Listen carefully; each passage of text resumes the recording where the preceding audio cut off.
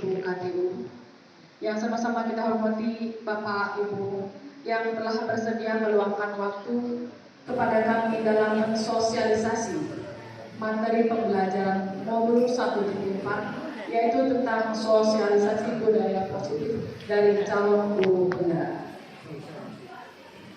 Alhamdulillah wa syukurillah, pada kesempatan sore kali ini kita masih diberikan waktu berbagi bersama dan menerima informasi yang sama tentang budaya positif. Selawat beriring salam kita hadiahkan kepada junjungan kita Nabi besar Muhammad Sallallahu Alaihi Wasallam. Allahumma sholli ala Muhammad wa ala ali Muhammad. Maaf yang sebesar-besarnya, kami di sini di hadapan Bapak dan Ibu guru hebat ingin berbagi tentang materi yang kami pelajari dalam tugas berupa aksi nyata dari Diklat Calon Guru Penggerak. Kami belum tahu banyak dan kami masih tahap belajar, jauh dari kesempurnaan. Maka sekiranya dalam penyampaian materi ini hal-hal yang meragukan dan belum pada tempatnya mohon dimaafkan. Bapak Ibu guru hebat, tanpa memperpanjang mukadimah, maka kami berbagi cerita tentang yang pertama, teori motivasi hukuman dan penghargaan yang akan disampaikan oleh Ibu Kristiana. Lalu keyakinan kelas yang akan disampaikan oleh Ibu Hatrina Berlina. Kemudian kebutuhan dasar manusia dalam dunia berkualitas oleh Ibu Nasional dan restitusi oleh Ibu Dewi Rusda. Untuk itu kami mohon maaf setelah ini apabila dalam penyampaiannya tidak pada tempatnya. Sebagai narasumber Ibu Kristiana dan Ibu Dewi Rusda, lalu sebagai moderator Ibu Hatrina Berlina dan moderator manajemen. Langsung pada materi kita serahkan kepada Ibu untuk teori motivasi hukuman dan penghargaan.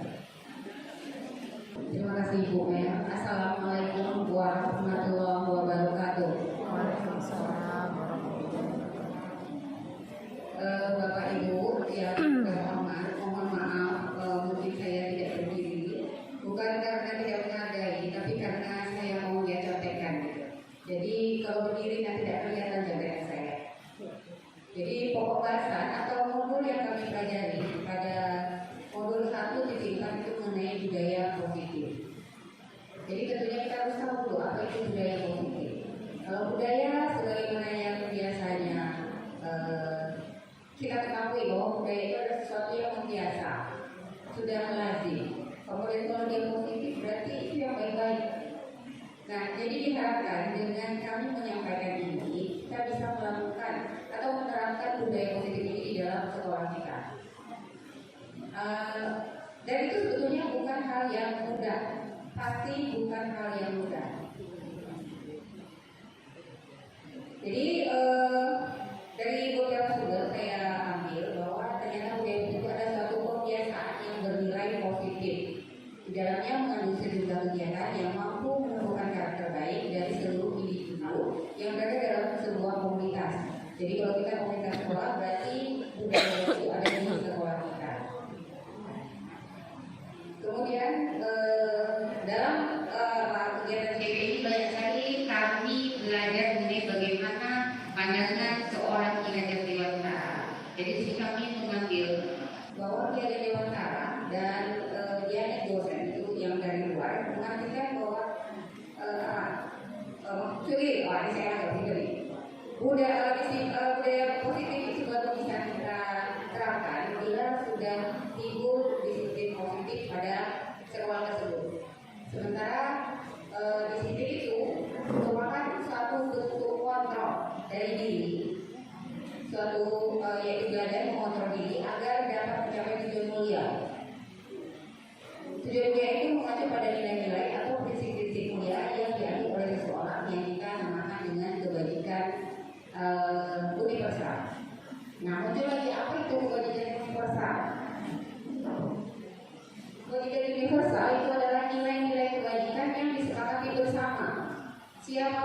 mengakui bahwa itu adalah sebuah kebajikan. Tidak peduli dia dari bangsa mana, dengan bahasa apa, beragama apa, dia mengakui bahwa hal itu adalah baik dan benar. Jadi contohnya seperti beriman, mandiri, kreatif, gotong royong, hormat, santun, dan percaya diri. Jadi itu merupakan suatu kebajikan atau nilai-nilai positif yang memang sudah diakui dan ada di seluruh bangsa. Selanjutnya kami akan berbicara masalah motivasi, hubungan penghargaan dan restitusi. Kenapa kita belajar motivasi? Karena untuk menciptakan budaya positif harus ada disiplin positif. Disiplin itu adalah melakukan sesuatu, dan untuk melakukan sesuatu itu harus ada yang memotivasi. Nah, adapun yang memotivasi itu menurut Diana dosen itu ada 3 hal yang memotivasi manusia itu melakukan sesuatu. Yang pertama, untuk menghindari ketidaknyamanan. Sebagai contoh, kita bisa saja menggunakan pakaian, aturan menggunakan pakaian kita lakukan karena kita mempunyai ketidaknyamanan. Kita takut ditegur, kita takut nanti dilihat dengan pandangan sinis. Maka karena itu kita melakukan suatu kegiatan itu bukan dari diri, tapi kita hanya ingin supaya kita nyaman. Kemudian yang kedua, motivasi kedua untuk mendapatkan imbalan. Nah itu juga sering. Kita kadang-kadang melakukan kegiatan kita saja sebagai guru. Bisa jadi kita melakukan kegiatan karena contohnya saya pada awalnya mengikuti kegiatan guru bergerak ini karena motivasi kedua. Karena saya mengharapkan penghargaan. Berbentuk apa? Berbentuk amal kritik. Jadi itu salah satu motivasi saya. Kenapa saya ikut guru bergerak? Sementara yang sebetulnya yang paling baik itu adalah motivasi yang ketiga, yaitu untuk menjadi orang yang mereka inginkan, orang yang kita inginkan. Kita harus menginginkan bahwa diri kita itu akan menjadi lebih baik dengan melakukan itu. Maka kalau motivasi yang ketiga ini yang sudah bisa diterapkan dalam diri kita, dalam siswa kita, maka besar sekali kemungkinan bahwa disiplin positif dan budaya positif itu bisa diwujudkan dalam sekolah kita. Selanjutnya kita akan membahas masalah hukuman dan penghargaan. Hukuman dan penghargaan. Kita tidak tahu ternyata dari modul yang kami pelajari ini, hukuman dan penghargaan ini sebetulnya tidak berefek jangka panjang bagi disiplin siswa. Hukuman dan penghargaan itu hanya berdampak dalam waktu yang pendek. Sebagai contoh, kalau anak dihukum terlambat, kamu kalau terlambat, kamu nanti harus membersihkan halaman. Setelah dia terlambat, dia bersihkan halaman berarti dianggap selesai. Masalah saya tadi sudah selesai, saya terlambat, ya udah beres kan, sudah melaksanakan hukuman. Sementara untuk budaya positif itu diharapkan datangnya dia untuk disiplin dengan pada waktu itu dari dirinya, bukan karena dia menghindari hukuman. Jadi ternyata hukuman dan juga penghargaan itu tidak berefek jangka panjang, tidak merubah diri seseorang menjadi lebih baik. Walaupun ternyata pada kenyataannya itu sangat sering kita kerjakan. Di sini ada mungkin sebuah cerita itu, ini kita skip aja lah mengenai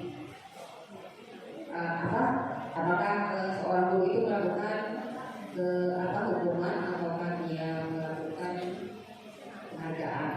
Nah, di sini ada tabel ini dari modul saya dapatkan tentang hukuman konsekuensi dan restitusi. Ada efek yang ditimbulkan. Restitusi. Salah satu ya, yang ini. Jadi kalau ada perbandingan antara hukuman dan konsekuensi, mungkin yang perlu kita bahas. Yang perlu kita bahas adalah perbandingan apa yang dimaksud dengan hukuman dan apa yang dimaksud dengan konsekuensi. Yang pertama hukuman. Hukuman itu bersifat tidak terencana atau tiba-tiba. Kemudian anak atau murid tidak tahu apa yang terjadi dan tidak dilibatkan. Yang ketiga, hukuman bersifat satu arah, tidak dari pihak guru yang memberikan kepada siswa. Kemudian hukuman yang diberikan yang diberikan bisa berupa fisik maupun psikis. Sementara konsekuensi sudah terencana. Jadi misalnya kalau peraturan itu adalah sebuah konsekuensi. Umumnya bentuk-bentuk konsekuensi dibuat oleh pihak guru atau sekolah dan murid mengetahuinya. Kemudian murid tetap dibuat tidak nyaman, tetapi hanya dalam jangka waktu yang pendek. Kemudian konsekuensi bisa dilakukan dengan dasar suatu data yang terukur. Jadi dia terukur. Misalnya, kalau kamu terlambat lewat dari setengah 8, maka kamu harus melakukan ini. Nah, itu adalah sebuah konsekuensi. Sementara kalau secara tiba-tiba ada anak yang datang, kemudian misalnya sekarang sedang kita menerangkan pelajaran, kemudian ada yang ngobrol, kalau kata jawabnya kamu usah. Kalau itu bukan sebuah hukuman. Tetapi kalau kita sudah melakukan dulu di awal kita ajar bahwa kita buat ini aturannya ini.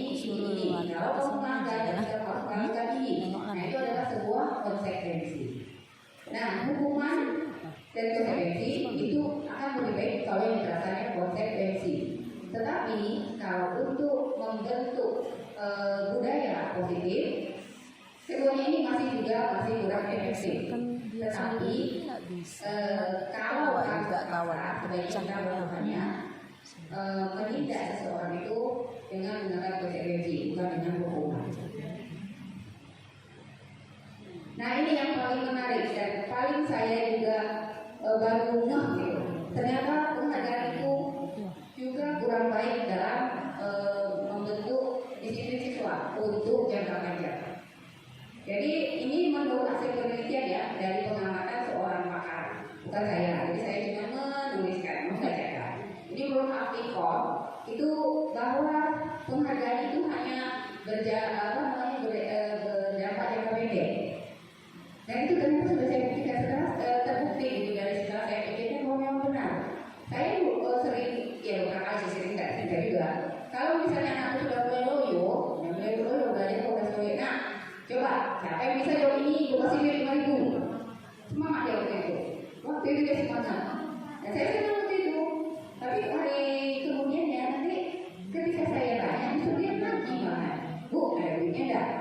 Jadi itu saya mengatakan bahwa penghargaan itu memang ada pengaruhnya, tapi hanya pada saat itu jangka pendek. Jadi kita tidak bisa mengharapkan adanya perubahan pola pikir dari anak kalau kita selalu menerapkan penghargaan. Kemudian penghargaan tidak efektif, ya karena kayak tadi itu. Kemudian penghargaan berusaha hubungan. Nah, ini juga saya juga mikir kok iya gitu kan. Tapi dari contoh yang diberikan ternyata iya. Anggap saja penghargaan berupa pujian saja. Karena ada orang yang sudah berusaha, usahanya sama-sama maksimal. Tapi ternyata yang paling bagus itu hanya satu orang. Sementara perbedaan dia itu hanya si kalau kata orang seangin gitu. Tapi yang mendapatkan pujian adalah satu orang saja. Itu bisa merusak hubungan karena menimbulkan rasa iri dari orang yang tidak mendapatkan pujian. Terus penghargaan mengurangi ketepatan, penghargaan menurunkan kualitas. Nah, ini misalnya penghargaan menurunkan kualitas contoh ya. Kalau contoh menurut saya yang saya pikirkan misalnya seorang novelis atau seorang penulis skenario, lah. Misalnya sinetron kita itu kan terkejar tayang. Jadi ada target yang dicapai dengan ibarat mereka dapat honor. Jadi sudah dapat penghargaan. Nah, karena berjalan dengan adanya honor, kreativitasnya justru buntu. Dia tersesat, yang penting target tercapai duit dapat. Itu salah satu contoh bahwa penghargaan itu merusak kualitas. Satunya juga mematikan kreativitas. Itu sebetulnya coba yang juga bisa dimasukkan bahwa penghargaan itu mematikan kreativitas. Yang penting target terlaksana, apapun yang terjadi tidak masalah. Nah, ini yang penghargaan menghukum. Ini yang paling saya heran pertamanya waktu di awal. Kenapa sebuah penghargaan bisa berubah jadi hukuman? Ternyata itu bisa berakibat hukuman bagi orang yang memang betul-betul bersemangat. Dia ingin mencapai penghargaan itu, tetapi karena persaingan yang mungkin hanya sedikit lagi dia capai, dia tidak dapatkan penghargaan itu. Akhirnya dia merasa keselnya setengah mati, kemudian dia merasa menderita.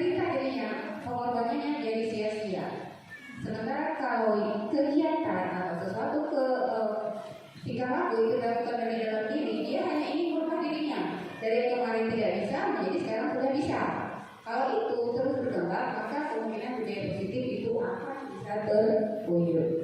Selanjutnya motivasi dalam diri.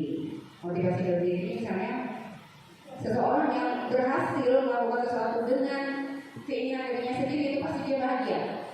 Ketika bahagia kemudian kita kasih penghargaan, kebahagiaan ini beralih kepada hadiahnya, bukan kepada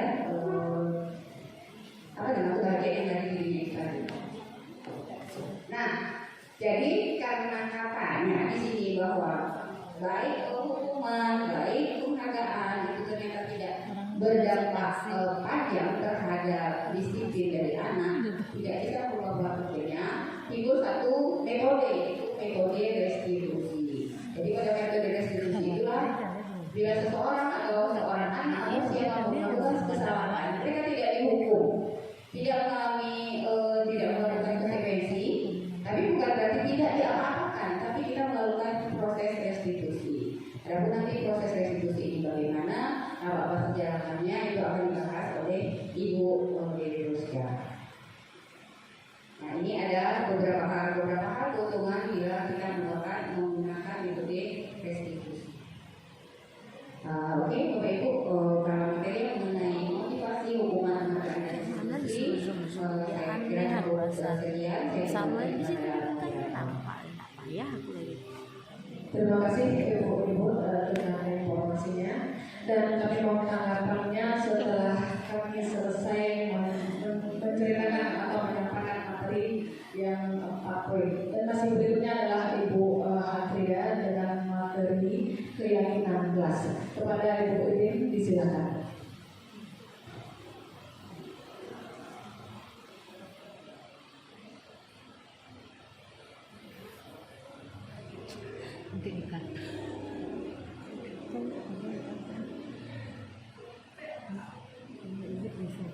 Bapak Ibu, Assalamualaikum warahmatullahi wabarakatuh. Mohon izin waktunya Bapak dan Ibu untuk menyampaikan, untuk berbagi, untuk sharing, untuk diskusi sedikit tentang yang sudah kami dapatkan pada CGP di modul 1. Untuk materi yang akan saya sampaikan yaitu tentang keyakinan kelas, itu masih budaya positif, masih berhubungan dengan yang disampaikan oleh Ibu tadi. Keyakinan kelas adalah yang bentuk kesepakatan antara guru dengan murid di kelas untuk menumbuhkan motivasi intrinsik, berarti motivasi dalam diri siswa. Itu dulu. Motivasi ada dua, motivasi ekstrinsik dengan ekstrinsik. Jadi kita harus menumbuhkan motivasi intrinsik di dalam diri siswa. Seseorang akan lebih tergerak dan bersemangat untuk menjalankan keyakinannya daripada hanya sekedar mengikuti serangkaian peraturan tertulis tanpa bermakna. Jadi kalau hanya disebutkan, tapi dia tidak tahu kerja itu apanya, nah itu percuma. Murid-murid demikian, mereka perlu mendengarkan dan memahami arti sesungguhnya tentang peraturan-peraturan yang diberikan. Apa nilai-nilai kebajikan di balik peraturan tersebut? Apa tujuan utamanya, dan menjadi tidak tertarik atau takut sehingga hanya sekedar mengikuti serangkaian peraturan-peraturan yang mengatur mereka tanpa memahami tujuan mulianya. Sebenarnya maksudnya baik, tapi karena siswa kita tidak tahu apa maksudnya. Contohnya kepala kenapa rambut harus dibotakkan, nah itu mereka nggak tahu karena mereka belum diberitahu. Mungkin itu mungkin. Next. Oke, apa perbedaan keyakinan kelas dengan peraturan kelas? Keyakinan kelas itu adalah kepercayaan yang sungguh-sungguh, jadi sudah dalam diri siswa. Jadi kalau mereka, walaupun mereka sehingga kalau mereka mau melanggar, mereka udah mikir duluan. Oh, ini nggak mungkin, karena udah yakin ada yang akan terjadi setelah itu.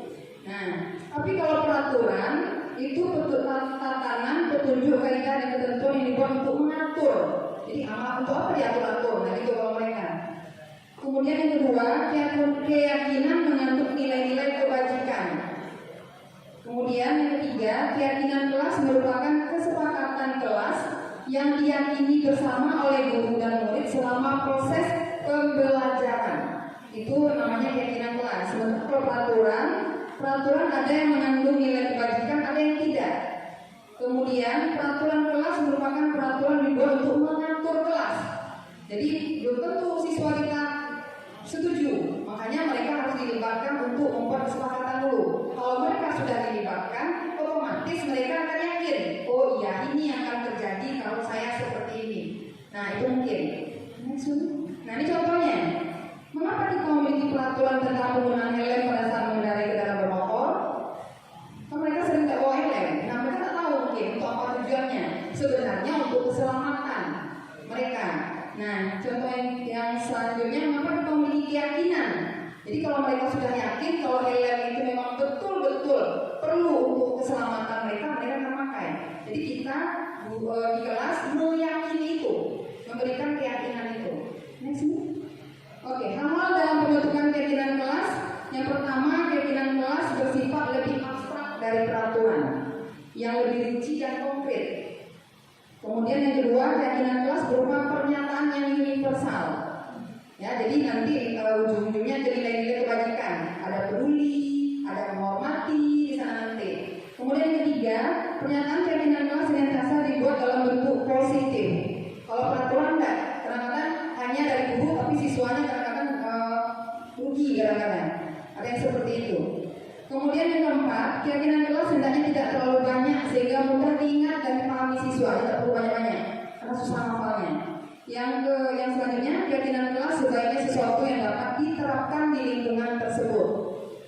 Kemudian yang selanjutnya, semua warga sekolah ikut berkontribusi dalam pembuatan keyakinan kelas dalam kegiatan curah pendapat, maksudnya dalam musyawarahnya.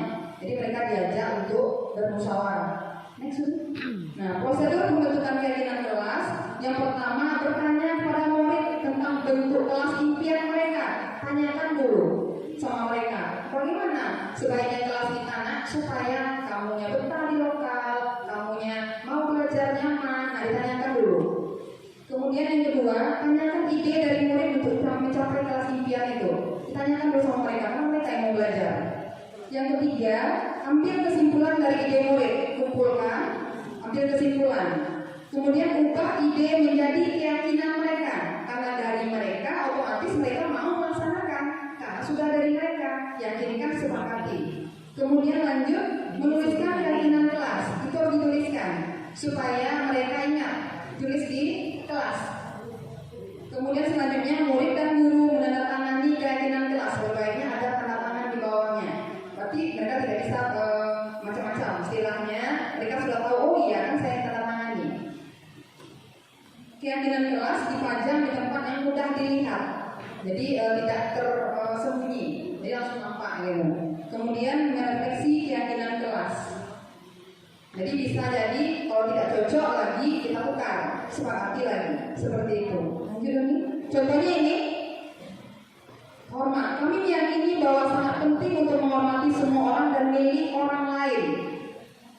Nah, disepakati dengan mereka, yakinkan dengan mereka bahwa milik orang lain harus dihormati.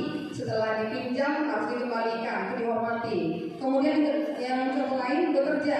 Kami meyakini bahwa sangat penting untuk mengerjakan segala pekerjaan atau mengikuti kegiatan yang telah ditugaskan. Jadi ingatkan kepada mereka kalau ada tugas, nah mereka harus bekerja.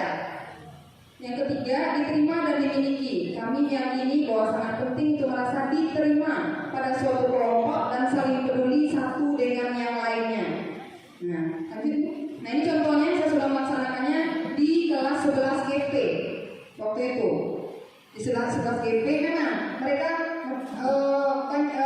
ada yang bermacam-macam mungkin menuliskan, tapi itu kita biarkan saja mereka, karena mereka ingin kelas sekolah ya, kelas impiannya, supaya mereka betah di kelas.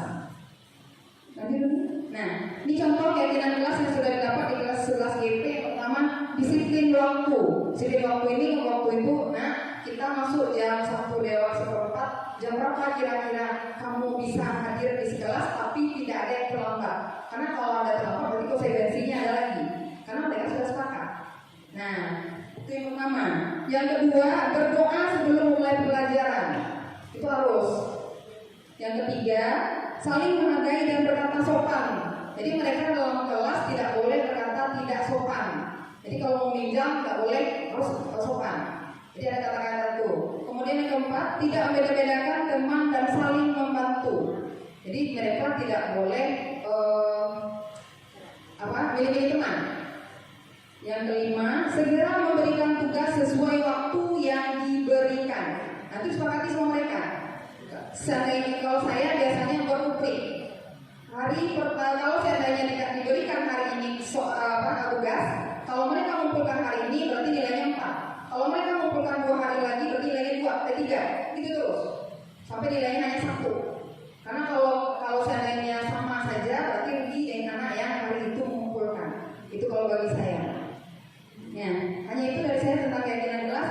Harapan saya untuk Bapak dan Ibu bisa melaksanakan keyakinan kelas ini, mensepakatinya dengan siswa dalam pembelajaran. Terima kasih. Assalamualaikum warahmatullahi wabarakatuh.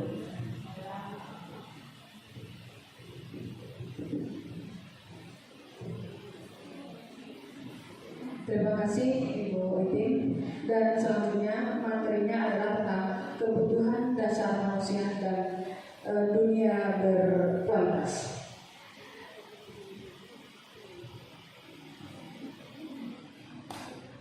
Dalam hal ini saya langsung yang akan menyampaikan informasi ini. Dalam budaya positif tadi,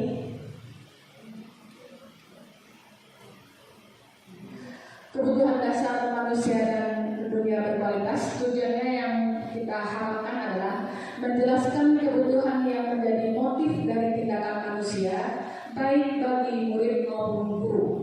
Dan yang kedua adalah menganalisis dampak tidak terpenuhinya kebutuhan dasar. Lalu berikutnya adalah mengidentifikasi peran sekolah dalam pemenuhan kebutuhan anak yang sangat beragam. Bapak Ibu yang berbahagia,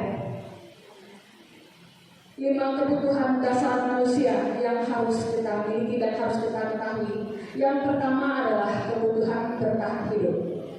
Yang kedua adalah kebutuhan kasih sayang dan rasa diterima. Yang ketiga adalah kebutuhan kebebasan. Yang keempat kebutuhan kesenangan.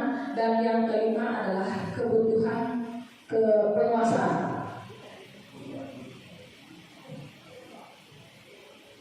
Ada satu kasus dalam materi yang kami pelajari. Ada seorang wali kelas di Kuala yang memiliki atau dia menjadi wali kelas di kelas 2 SD Pelita Hati.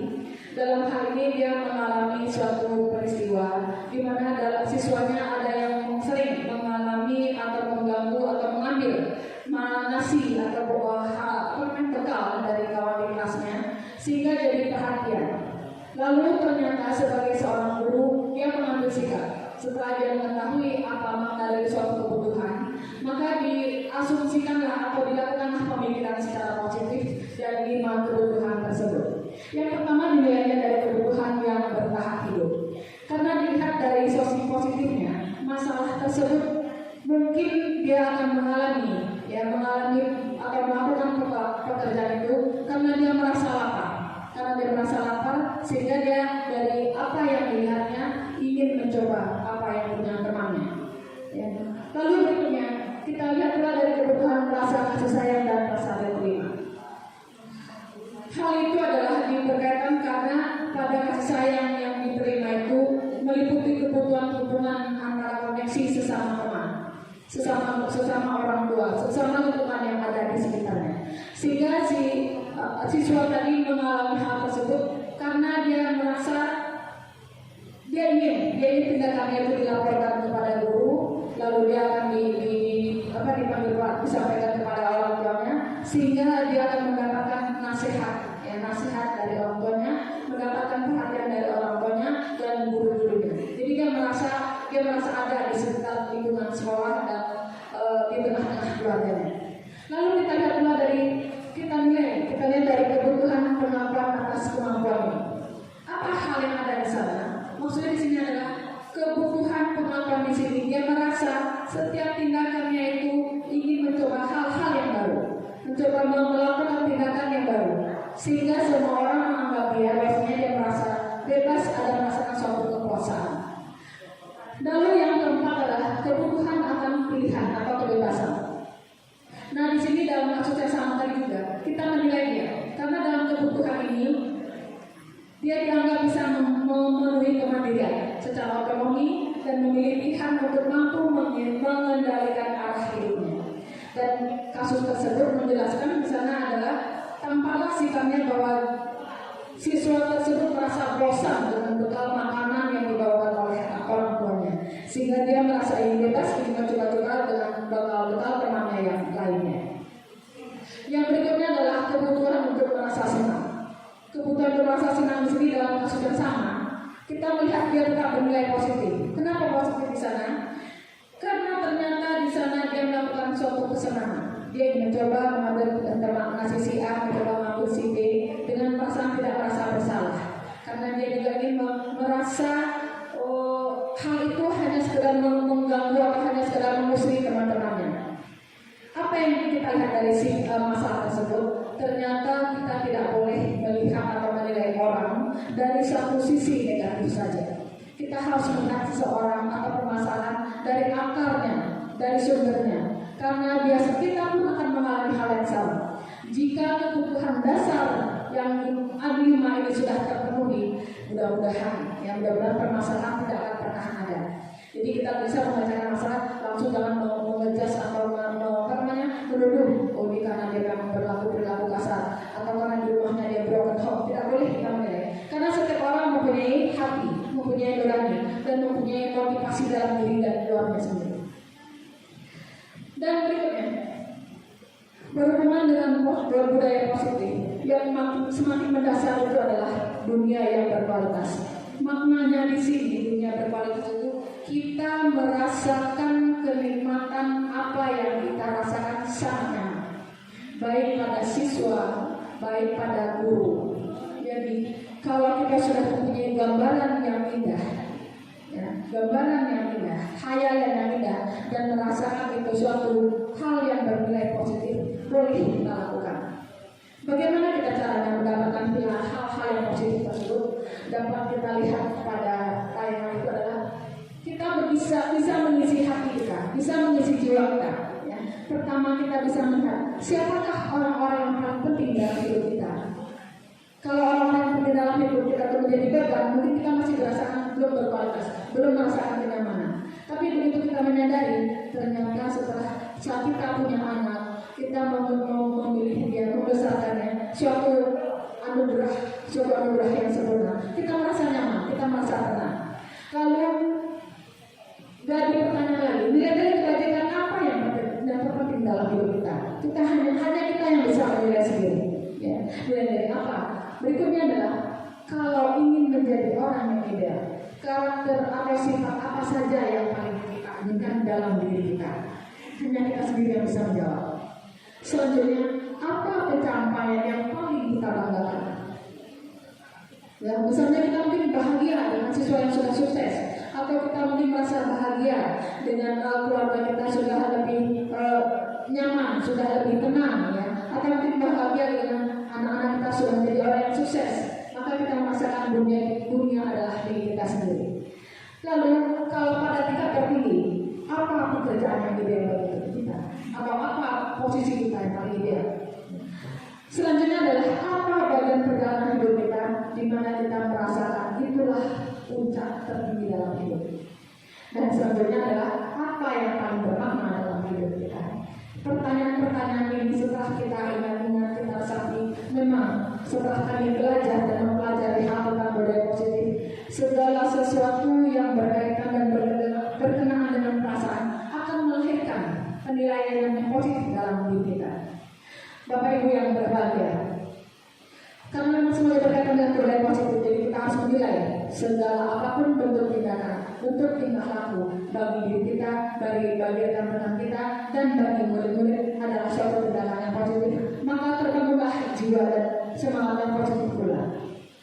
Demikianlah materi yang saya sampaikan tentang materi kebutuhan dasar dan budaya positif tentang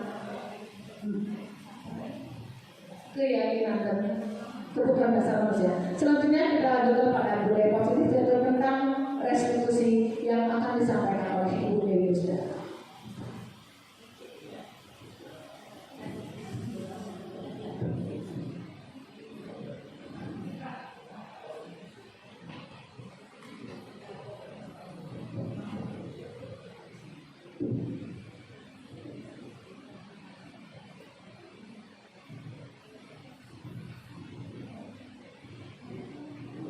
Assalamualaikum warahmatullahi wabarakatuh. Waalaikumsalam warahmatullahi wabarakatuh. Terima kasih atas apa yang telah diberikan, terutama kepada ibu kepala sekolah dan juga kepada teman-teman sejawat yang telah meluangkan waktu untuk kami tampil di sini demi tugas kami. Baiklah Bapak Ibu sekalian, di sini saya mendapat jatah untuk menyampaikan tentang restitusi, yaitu 5 posisi kontrol yang merupakan pendekatan dari kontrol yang dikembangkan oleh Moser. Jadi ada 5 posisi kontrol yang diterapkan oleh seorang guru dalam melakukan kontrol terhadap murid-muridnya.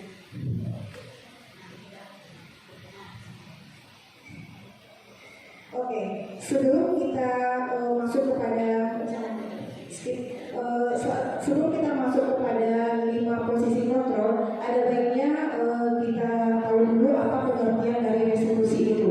Restitusi adalah proses menciptakan kondisi bagi murid untuk memperbaiki kesalahan mereka sehingga mereka bisa kembali kepada kelompok mereka dengan karakter yang lebih kuat.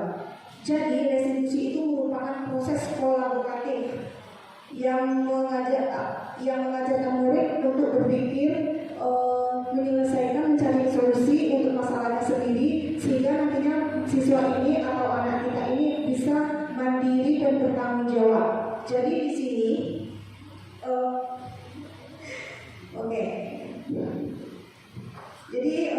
di sini ada 5 posisi kontrol yang akan saya sampaikan, di mana restitusi ini dikembangkan oleh pakar pendidikan Diana Gosser dengan berlandaskan pada teori kontrol Dr. William Glasser. Yang pertama, 5 posisi kontrol itu adalah sebagai penghukum. Saya sebutkan 1-5 aja dulu. Saya sebagai penghukum. Yang kedua yaitu pembuat merasa bersalah. Yang ketiga posisi sebagai teman. Dan yang keempat posisi sebagai pemantau. Yang kelima posisi sebagai manajer. Adapun dari kelima posisi ini, mungkin yang bakal menjadi capaian kita adalah posisi kita sebagai manajer. Karena kalau posisi 1 dan 2 itu mungkin kita udah termasuk guru yang gagal, bisa dikatakan seperti itu. Karena target kita minimal 3, 4, dan 5 itu bisa kita terapkan dalam menerapkan disiplin positif di kelas atau di sekolah.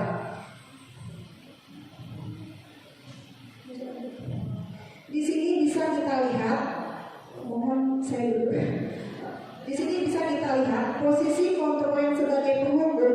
Biasanya guru di situ lebih cenderung untuk menghardik, menyakiti, menyindir dengan nada suara tinggi.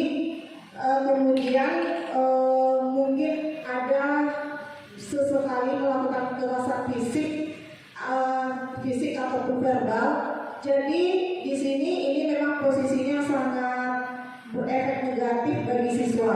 Karena nanti di sini bisa membentuk siswa bisa menjadi pemberontak, dendam, menyalahkan orang lain. Karena biasanya kita menggunakan bahasa-bahasa di posisi penghukum ini, kita selalu menggunakan bahasa-bahasa seperti awas ya, kalau nanti kamu tidak lakukan ini, ibu akan begini, bapak akan begini, atau seperti ancaman. Kemudian atau patuhi aturan saya, kalau tidak nanti bla bla bla bla. Atau mungkin siswa kita selalu datang terlambat, kita selalu memberikan kata-kata yang rasanya mereka tidak ingin mendapatkan itu. Karena kita kan mungkin tidak tahu apa alasan mereka terlambat. Sementara kita telah mencap mereka atau mencat mereka dengan kata-kata yang tidak sepantasnya mereka dapatkan. Seperti kamu selalu saja terlambat. Itu mungkin saya banget itu. Tapi saya akan berusaha ya, dari posisi pemukul mungkin lanjut ke teman aja, jangan malah. Karena kita target kita kan 3, 4, kalau bisa yang kelima. Dan di sini yang kedua, membuat merasa bersalah. Di sini guru cenderung berceramah, menunjukkan rasa kecewa. Jadi nanti siswa akan merasa dirinya itu, dia berpenilaian tentang dirinya, dia merasa dirinya ini gagal, tidak bisa selalu mengecewakan, dan juga mungkin dia merasa tidak berguna lagi. Posisi ini juga akan berefek negatif bagi siswa. Jadi makanya posisi penghukum dan pembuat merasa bersalah ini sedapat mungkin kita hindarkan. Kemudian secara pendek aja kita tidak banyak penjelasan ya, tidak banyak keterangan dari saya karena waktu juga sudah mepet, yaitu posisi teman. Di posisi teman ini mungkin guru lebih cenderung untuk melakukan pendekatan secara persuasif dengan sikap yang ramah dan akrab, mungkin sesekali dengan candaan. Dengan demikian mungkin murid agak sedikit terasa nyaman, tapi hal ini juga ada efek negatifnya. Siswa atau murid kita akan menjadi ketergantungan. Di sini kata-kata biasa, kalimat yang kita gunakan untuk mengajak murid itu berdialog, misalnya seperti ini, tabel, ayolah lakukan demi ibu. Masa kamu selalu terlambat, tergantung dengan masalahnya. Atau selama ini ibu sudah bantu, namun kamu kok belum juga berubah, atau dan segala macamnya. Kemudian ya sudahlah, kali ini ibu maafkan ya. Itu kata-kata posisi guru sebagai teman. Kemudian posisi sebagai pemantau. Di sini guru biasanya bertindak sesuai dengan peraturan dan konsekuensi yang ada. Jadi untuk melakukan atau menerapkan ini kita harus mempunyai melengkapi data dan catatan. Karena nanti kalau kita memproses suatu kasus anak, otomatis kita kembalikan lagi ke mereka. Peraturannya apa? Sanksi atau konsekuensinya kamu tahu kan? Nah, jadi berdasarkan sebagai posisi pemantau ini, memang kita harus butuh data dan catatan. Tapi hal ini juga hasilnya akan menyesuaikan bila diawasi. Otomatis kalau seandainya kita mengawasi mereka, mungkin baguslah hasilnya. Tapi kalau terabaikan, ya itu tadi, mungkin juga tidak akan menghasilkan yang kita inginkan. Selanjutnya target kita yang seperti saya bilang tadi, yaitu posisi sebagai manajer. Posisi sebagai manajer ini biasanya guru mengajukan pertanyaan-pertanyaan dan mendukung siswa untuk mencari solusi atas masalahnya sendiri. Di sini kita mengajarkan siswa untuk berpikir dan berusaha untuk bertanggung jawab atas apa yang dia perbuat dan mencari solusinya dengan mungkin dengan dukungan dari guru. Sehingga hasilnya nanti karakter siswa akan terbentuk menjadi lebih kuat, konsep dirinya akan lebih kuat, dan dia akan menjadi seorang pribadi yang mandiri dan bertanggung jawab serta merdeka. Mungkin itu saja yang bisa saya sampaikan mengenai 5 posisi kontrol. Selanjutnya tugas saya ini di kelompok ini menyampaikan tentang segitiga restitusi.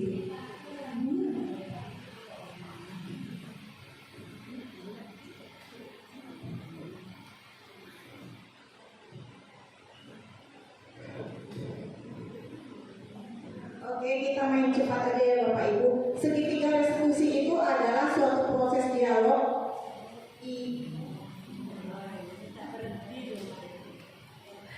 Dia udah grogi. Jadi segitiga restitusi itu adalah suatu proses dialog yang dijalankan oleh guru atau orang tua agar dapat menghasilkan murid yang mandiri dan bertanggung jawab. Namanya saja segitiga restitusi. Berarti segitiga restitusi ini dia akan mempunyai 3 langkah yang akan kita lakukan.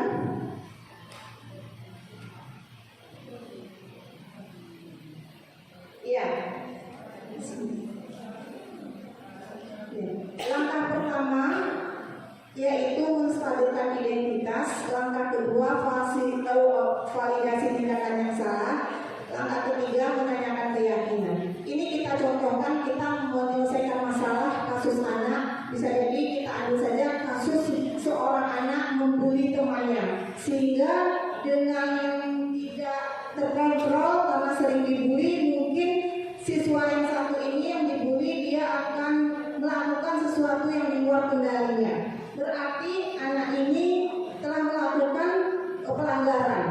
Di sini untuk menyelesaikan masalah atau kasus ini dengan segitiga restitusi, langkah yang pertama yaitu menstabilkan identitas. Menstabilkan identitas itu maksudnya adalah yang namanya tujuannya adalah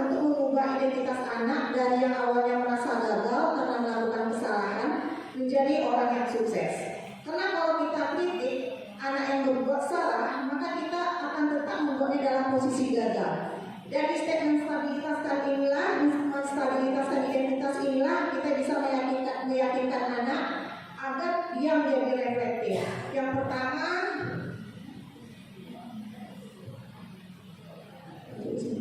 menstabilkan identitas ini kita bisa dengan memanggil anak, kemudian kita mengatakan kalau namanya berbuat salah itu merupakan hal yang wajar. Tidak ada manusia yang sempurna. Kemudian kita juga bisa mengatakan kepada anak, Bapak Ibu juga pernah melakukan kesalahan seperti itu. Kita bisa menyelesaikannya. Kemudian kata-katanya bisa kita pakai, Bapak Ibu tidak tertarik mencari siapa yang salah, tapi Bapak Ibu ingin mencari solusi dari permasalahan ini. Kemudian kamu berhak merasa begitu. Jadi dengan kata-kata demikian, dengan tidak menjudge langsung, anak akan merasa kalau dia dimengerti, kalau dia melakukan sesuatu itu bukan karena kesengajaan atau memang karena mempunyai sikap yang di luar batas, di luar norma ya. Kemudian langkah yang kedua yaitu validasi tindakan yang salah. Di validasi tindakan yang salah ini namanya validasi itu kalau menurut bahasa adalah pengesahan atau pengujian kebenaran atas sesuatu. Jadi validasi kita tahu bahwa setiap menurut teori kontrol semua tindakan manusia baik atau buruk pasti memiliki maksud atau tujuan. Jadi kita tentu tidak suka ada siswa yang berkata kotor, yang bersikap kasar, tapi bila sikap itu mendapat perhatian dari kita, maka hal itu akan memenuhi kebutuhan mereka yang belum terpenuhi, seperti kebutuhan manusia yang telah disampaikan Ibu Mel tadi ada 5. Kemudian ini ada contoh kalimat yang bisa diungkapkan untuk di fase validasi tindakan yang salah ini. Mungkin kita bisa mengatakan kepada anak, ini bukan berarti kita mensahkan kalau anak itu berbuat salah ya. Cuma kita di sini secara tidak langsung mengatakan kepada anak bahwa kita itu mengerti apa alasan dia berbuat seperti itu. Ini contoh kalimat-kalimatnya. Padahal kamu bisa melakukan hal yang lebih buruk kan, tapi kamu tidak melakukan. Berarti mereka akan merasa dia ya kita bersama dengan mereka. Kemudian kamu pasti punya alasan mengapa melakukan itu. Ibu tahu atau bapak tahu kamu pasti punya alasan untuk melakukan itu. Atau juga dengan kamu patut bangga karena kamu telah melindungi sesuatu yang penting bagimu. Mungkin dia dibully karena itu dia merasa kalau dia harga dirinya telah diremehkan. Berarti kan dia memang udah berusaha untuk melindungi sesuatu yang penting dari dirinya. Kemudian kamu bisa mempelajari suatu perilaku baru yang lebih efektif. Bersediakah kamu mempelajarinya? Jadi itu fase validasi tindakan yang salah. Kemudian kita masuk kepada menanyakan keyakinan. Keyakinan ini berhubungan dengan keyakinan kelas yang telah disepakati seperti yang telah diterangkan oleh Ibu Hatrida. Di fase ini kita menghubungkan nilai-nilai yang telah mereka yakini dengan keyakinan kelas yang telah disepakati. Jadi di sini kita mungkin bisa mengajak siswa itu kembali menanyakan apa yang kita yakini di kelas. Kembali lagi ke keyakinan kelas yang telah disepakati sebelumnya.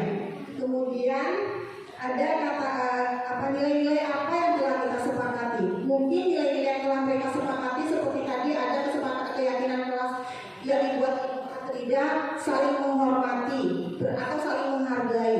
Di sini kalau memang dia telah meyakini nilai-nilai yang disepakati, tentu dia akan mengerti kalau itu pelanggaran yang telah dibuatnya itu merupakan perbuatan yang salah. Kemudian seperti apa gambaran kelas yang ideal bagi kamu?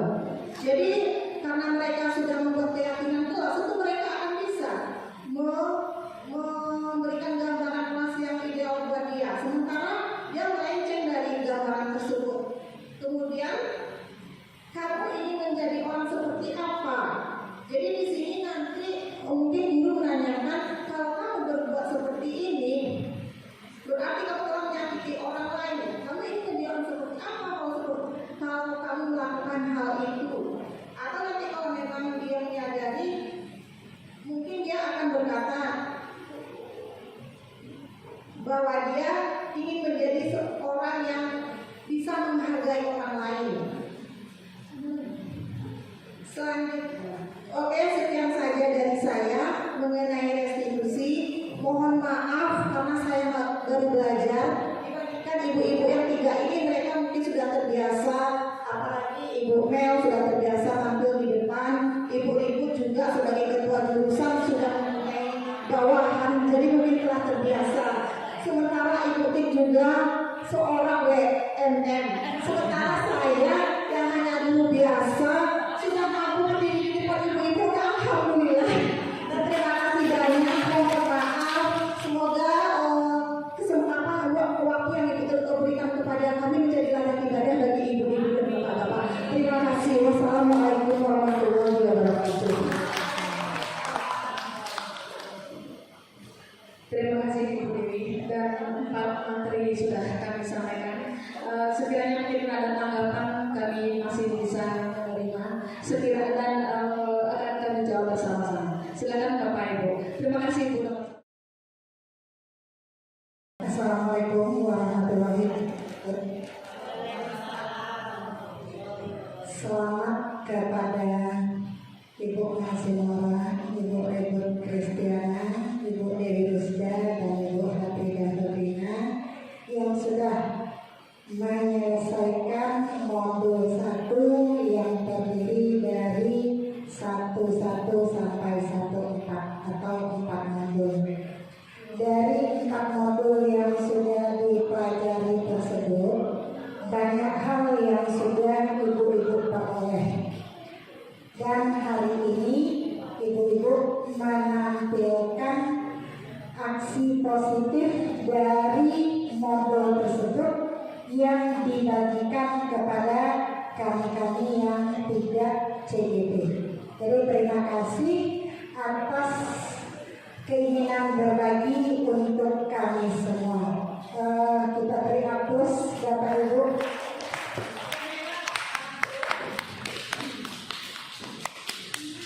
Dari apa yang sudah disampaikan, kalau kita lihat itu memang betul-betul kalau kita terapkan semuanya, kita itu merupakan guru yang ideal, guru masa depan yang penuh dengan keramah tamahan, kesabaran.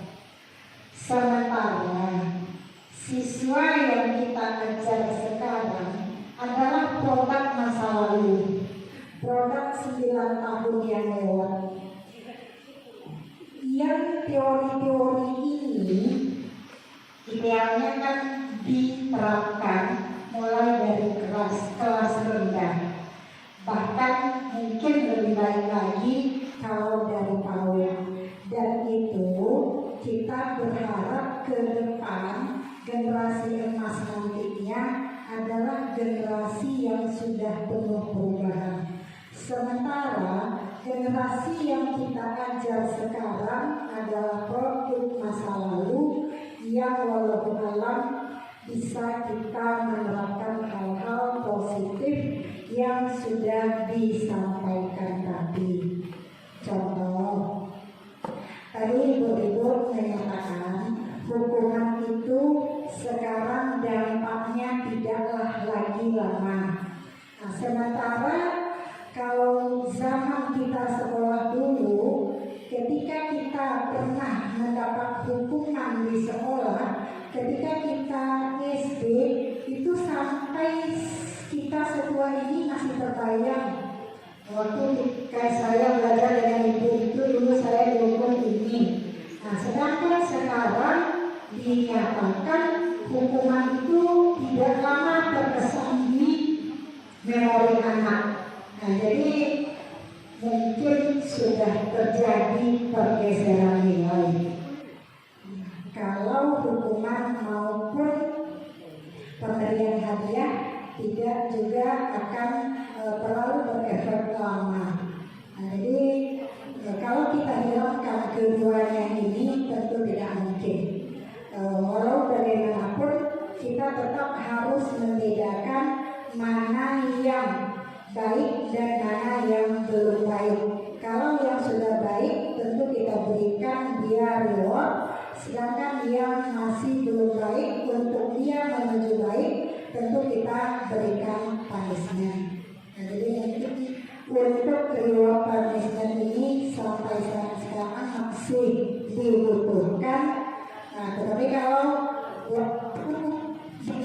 anak sudah tidak lama itu sangat kasihan sekali kita, berarti sudah terjadi perubahan nilai. Kemudian materi disampaikan Ibu Tuhan ketiga yang berkaitan dengan prosedur untuk pembentukan keyakinan kelas, di mana keyakinan kelas itu tadinya merupakan kesepakatan yang ada antara guru dan siswa. Kemudian tadi Bu Hamida juga menyatakan bahwa keyakinan itu semuanya bersifat positif, sedangkan peraturan tidak. Kalau saya menganalisa, yang namanya peraturan pasti dibuat untuk mengarahkan seseorang ke arah yang positif. Jadi saya berkesimpulan, apakah itu keyakinan maupun peraturan, semuanya bersifat positif. Tidak mungkin kita membuat peraturan yang negatif. Nah, apakah saya yang salah dengar atau bagaimana tadi? Jadi mohon nanti penjelasannya. Kemudian kalau keyakinan kelas ini betul-betul kita terapkan, itu rasanya alhamdulillah kita akan mendapatkan kelas yang ideal, sehingga kita mengajar itu tidak perlu lagi sepanjang ini tidak perlu kita marah-marah lagi kalau betul-betul ini bisa kita terapkan. Berikut Ibu Nasinora menjelaskan tadi untuk bagaimana dunia yang berkualitas. Jadi di sini juga berkaitan dengan hal-hal positif, sehingga kita berbicara itu, bahasa kita itu betul-betul bahasa yang baik, bahasa yang tidak ada menyakitkan sedikit pun. Betul-betul bahasa kita itu tertata dengan baik,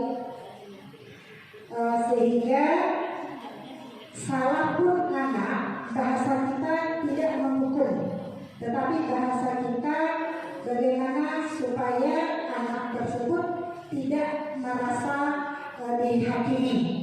Nah, jadi bahasanya di sini sangat-sangat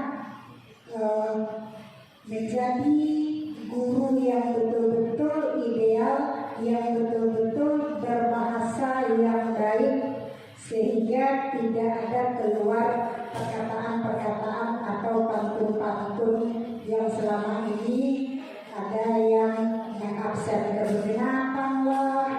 Nah, jadi mungkin sudah jauh dari hal-hal seperti itu. Tetapi di sini kurang dijelaskan oleh Bu Nasinora apakah materi ini untuk saya sendiri sebagai CGP ataukah untuk siswa mengoreksi dirinya. Nah, mungkin di situ yang belum tergambar tadinya. Kalau untuk sebagai CGP, kalau ini bisa kita mempraktekannya sangat-sangat baik sekali. Tetapi kalau untuk siswa kita gunakan, rasanya untuk saat sekarang dengan kondisi moral siswa kita yang seperti sekarang, apalagi dengan istilah anak lulus COVID, itu sangat jauh sekali untuk mencapainya. Terakhir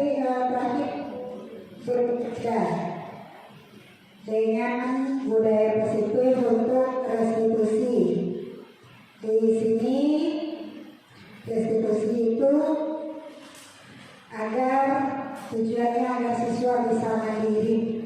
Kalau ini benar-benar terlaksana, ini akan sangat baik sekali. Karena bagaimana siswa itu nantinya bisa betul-betul menjadi mandiri. Kemudian di sini tadi dijelaskan ada 5 budaya positif tersebut di 5 posisi kontrol agar kita menghindari poin 1 dan 2. Usahakan kita berada di poin 5 sebagai manajer. Nah, jadi apakah mungkin di saat sekarang saya bukannya pesimis, tetapi dari keseharian siswa kita yang namanya tetap keluar masuk itu ada saja yang diperolehnya itu keluar dari sekolah. Nah, jadi sementara di teori ilmu yang sudah diperoleh alangkah bagus-bagusnya. Nah, jadi kalau kita kan alhamdulillah. Tetapi bagaimana cara kita untuk menuju ke arah bagaimana kita sampai bisa menjadi learning manager ini tanpa kita menjadi penghukum.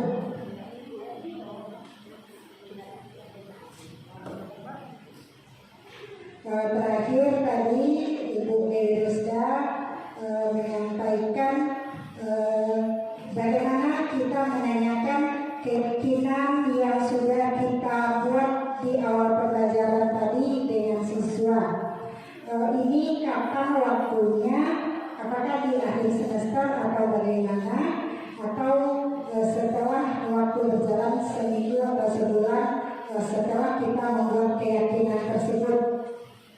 Kalau sudah 1 semester berarti kita tidak ada koreksi di tengah jalan. Jadi mungkin bisa dijelaskan nanti bagaimana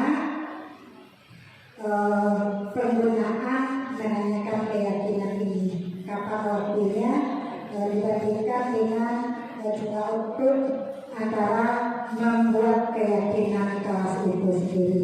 Mungkin itu ibu-ibu cantik. Terima kasih. Assalamualaikum warahmatullahi wabarakatuh. Terima kasih atas tanggapan dan masukannya Ibu. Dan yang dapat diambil kesimpulan yang pertama sebagai tindakan pertama tentang hukuman dan penghargaan, dan dipertanyakan tadi bagaimana kita menerapkannya dalam kondisi yang sekarang, karena dari antara reward dan mekanisme itu masih terus berlaku. Silakan Bu.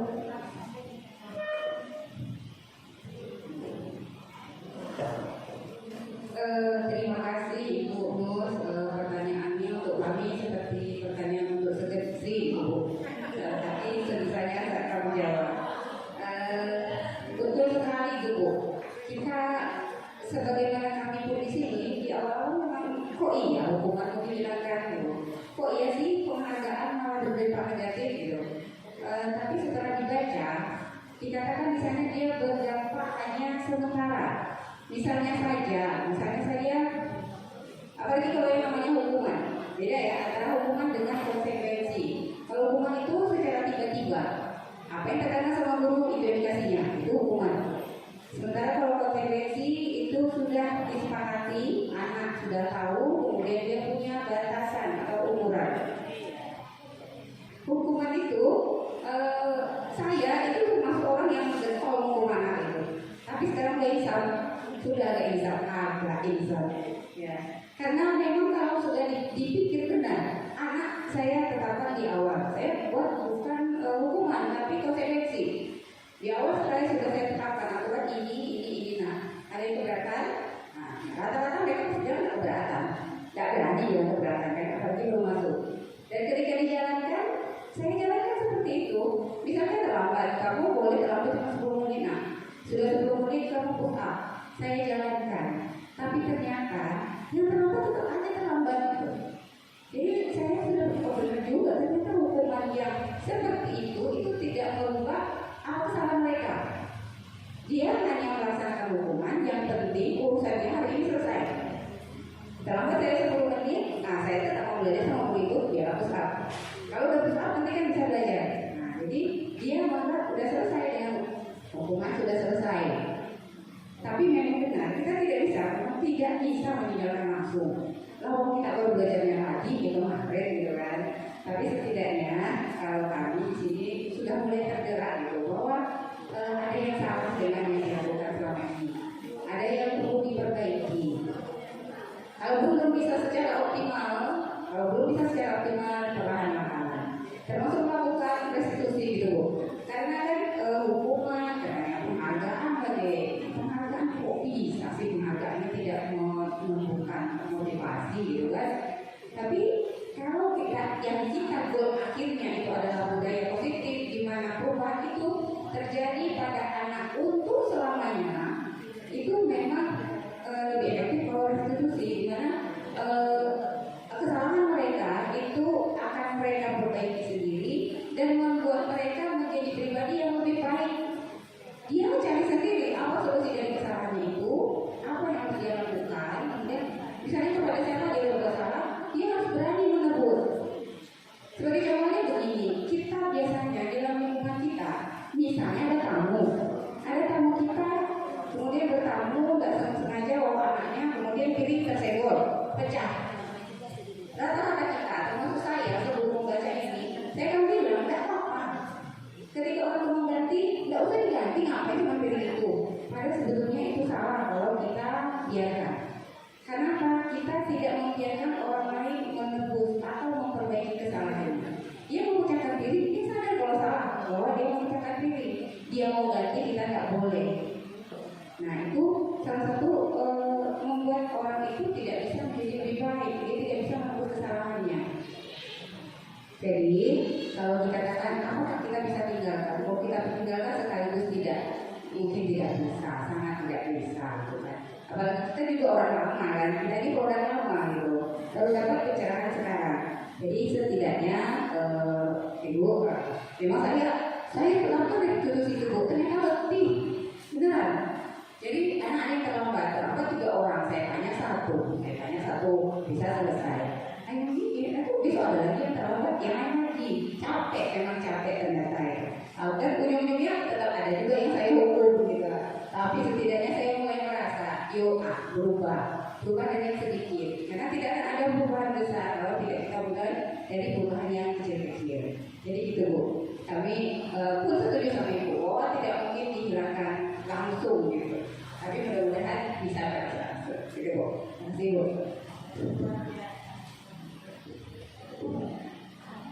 Pertanyaan selanjutnya tentang keyakinan kelas dalam peraturan sekolah antara guru dan siswa, dan masih ada satu kesamaan ya mungkin ya, karena kalau peraturan itu penegakan disiplin, tapi ternyata gitu ya, kalau kita membuat tadi keyakinan kelas itu sama-sama antara guru dan siswa membuat suatu peraturan gitu ya, tolong dijelaskan nih. Terima kasih Bu atas pertanyaan yang diberikan. Saya mencoba menjawabnya. Mudah-mudahan sesuai dengan yang apa yang Ibu harapkan. Kalau tidak nanti kita cari lagi Bu. Ya, saya coba menjawabnya. Mungkin tadi peraturan ada yang tidak mengandung nilai kebajikan. Maksudnya adalah Bu, mungkin cara penulisan peraturan tersebut. Ada yang menulis dilarang. Misalnya gini, jangan berlari di kelas, itu tidak boleh. Harusnya kata-katanya berjalanlah di kelas.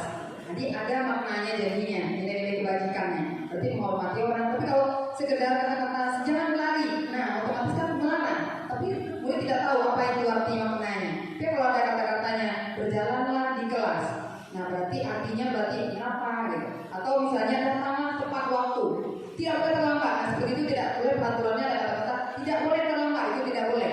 Tapi datanglah tepat waktu. Jadi ada nilai-nilai kebajikannya jadinya. Itu mungkin Bu yang bisa saya sampaikan. Mulai menambahkan sedikit Bu, mungkin apa yang Ibu bilang tadi memang iya, ini mungkin jangka panjang. Makanya kita CGP dimulai dari guru PAUD, guru SD. Makanya ini memang diharapkan untuk masa depan.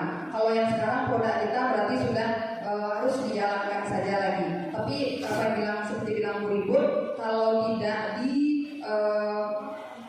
dimulai dari diri sendiri, nah jadi mulai dari diri sendiri dulu, maka diangsur-angsur nanti akan mudah-mudahan sesuai dengan apa yang kita harapkan generasi, sesuai dengan apa yang dibilang oleh Bapak Gubernur kita, mewujudkan sumber daya manusia yang unggul, taat dan beribadah dalam beribadah. Nah itu sekian Bu. Terima kasih. Assalamualaikum warahmatullahi wabarakatuh.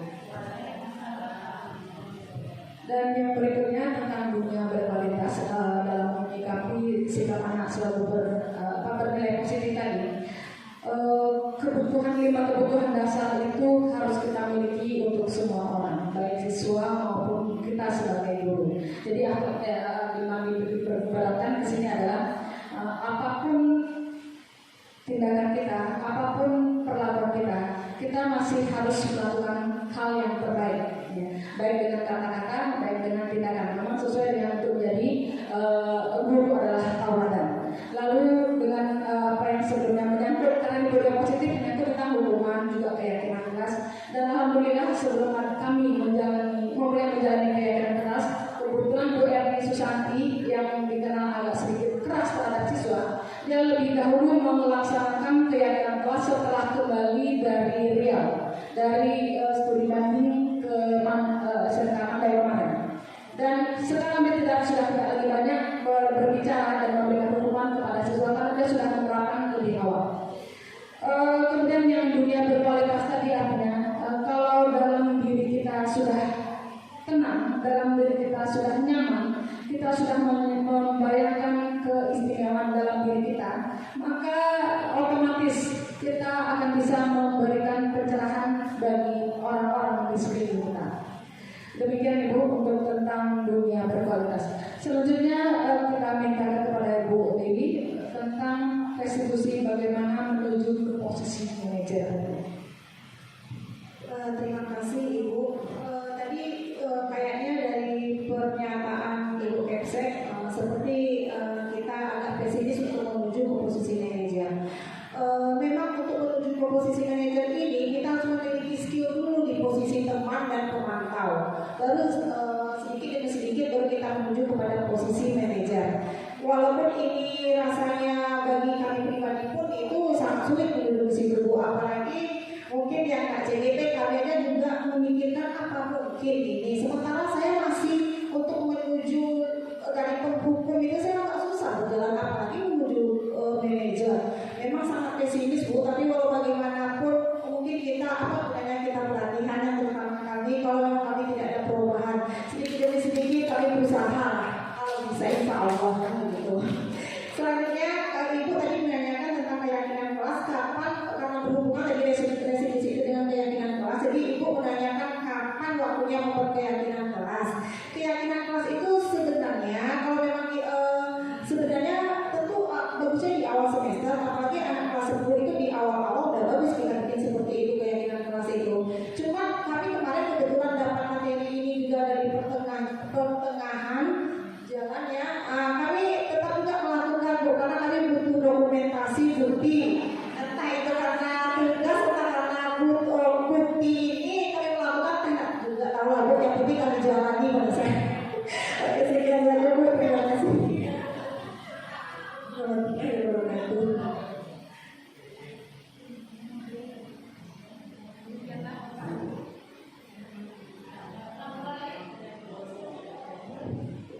Demikianlah Bapak Ibu yang kami hormati. Mungkin masih ada Bu Em? Cukup. Udah. Jawab semua. Sudah terampung dari pertanyaan Ibu.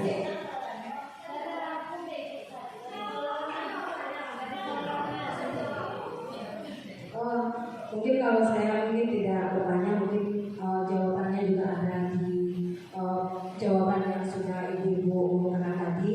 Cuma kalau saya memang secara pribadi, kalau sudah ibu-ibu TGP-nya yang tampil, saya termasuk orang yang sangat berdosa sekali. Contohnya mungkin ketika saya menghadapi anak di jam sholat berjamaah.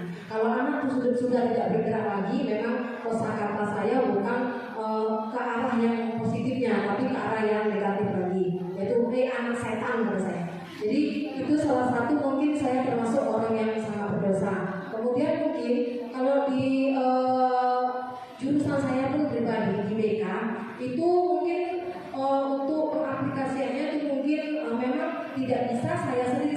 secara pribadi dengan teman-teman yang ada di BK itu ilmu BK-nya juga sudah hilang. Cuma mungkin ada satu pertanyaan tapi nggak usah dijawab Bapak Ibu-ibu JGP berkaitan dengan pujian tadi, pujian atau penghargaan yang bersifat pujian.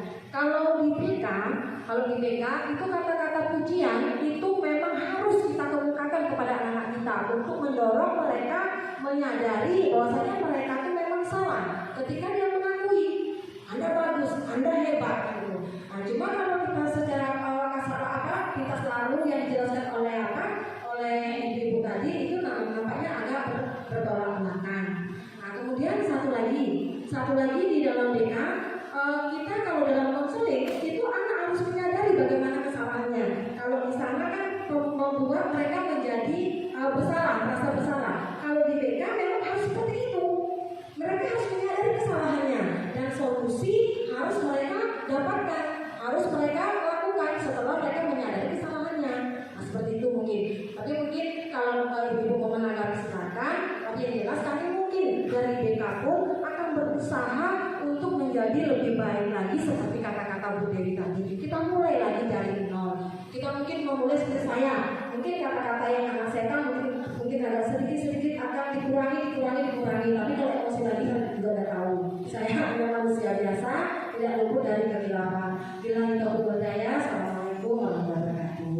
Ya, terima kasih Bu Endang. Mungkin sedikit resumi saja dari apa yang disampaikan Bu Endang. Maksud Bu Mel, walaupun kakak Endang tidak ditanggapi, tapi biar saya tanggapi. Tadi sebetulnya benar Bu Endang, saya juga termasuk yang tidak setuju kalau ujian aja kok berarti negatif ya. Tapi kan tadi saya agak tahu itu adalah hasil penelitian. Bisa jadi itu kan orang dari luar, bukan cocok sama kita. Jadi kita gini aja, kita terima dan kita bilang. Selagi kita konsisten, kemudian kita berniat baik gitu kan, saya rasa akan berniat baik banget. Terus mungkin satu lagi yang agak apa tadi kata Bu Endang, anak tidak dibuat yang bersalah ya. Tadi salah itu berarti kalau anak tetap dia harus dibuat, memang dia sadar bahwa dia salah. Cuma kita bukan menjadi dia, kita memvalidasi bahwa berbuat salah itu tidak apa-apa nah, gitu. Umur kami itu namanya manusia salah, bapak ibu juga salah gitu. Maksudnya gitu, bukan lagi kamu nggak salah bukan. Jadi tadi kamu ngapain? Nah, saya lempar dia Bu. Kamu lempar gitu kan. Kalau itu kan sakit ya, gitu kan. Kalau sakit itu kita sadar gitu.